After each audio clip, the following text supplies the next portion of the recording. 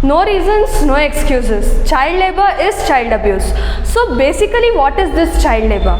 Child labor is the employment of small kids and children into industries and businesses before they hit 18 years. A warm welcome to everyone. I am Chinmay from TTT Academy.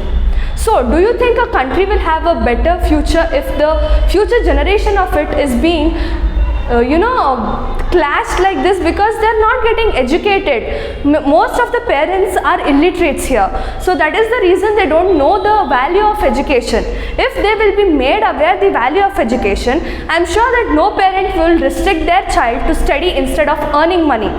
So, according to the latest UN report, the child labor number was around 16% in 2000, whereas it has decreased to 9.6% right now, which is a great thing that it has decreased. But the bad thing is, still 9.6% of the children are not getting educated. If the country moves on like this, then no country will get better future.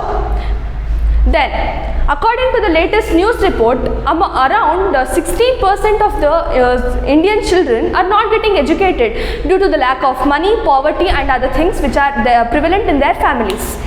So, to keep a check on this, the International Labour Organization was established in 1946 to keep a check on this, and it was established in Switzerland. The UNICEF also contributes to the elimination of child labor in whole world, and moreover, this labor organization, it mostly concentrates on maintaining the labor standards all across the world by saying this: pen is mightier than a sword.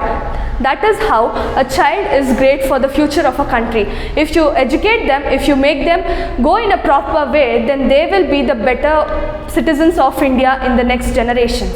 By saying this, I would like to conclude with my speech. Thank you.